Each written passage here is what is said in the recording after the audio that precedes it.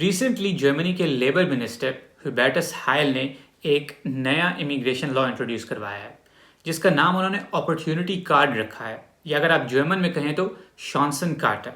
ये opportunity card Germany में skill workers की शॉर्टेज को पूरा करने के लिए लॉन्च किया गया है और इस कार्ड के जरिए स्पेशली नॉन ईयू सिटीजन्स का जर्मनी इमिग्रेट करना बहुत आसान हो जाएगा।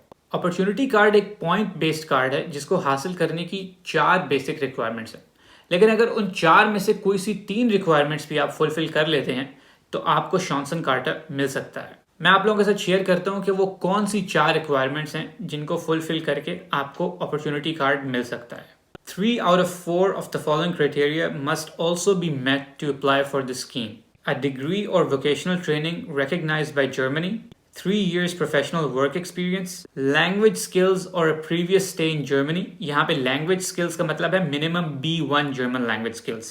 और आखिरी requirement है under 35 years old. हर साल जर्मन गवर्नमेंट डिसाइड करेगी कि किस इंडस्ट्री को कितने स्किल वर्कर्स चाहिए और उसी हिसाब से अपॉर्चुनिटी कार्ड्स रिलीज किए जाएंगे। ये कार्ड जल्द ही जर्मन पार्लियामेंट के अंदर डिस्कस होने वाला है और गवर्नमेंट आगे आने वाले 2 से 3 हफ्तों के अंदर इस कार्ड की तमाम डिटेल्स रिलीज कर देगी।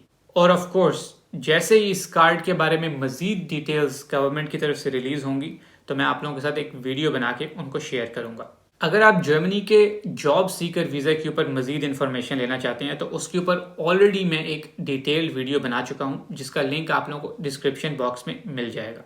एक नेक्स्ट वीडियो में आप लोगों से दोबारा मुलाकात होगी। Thank you.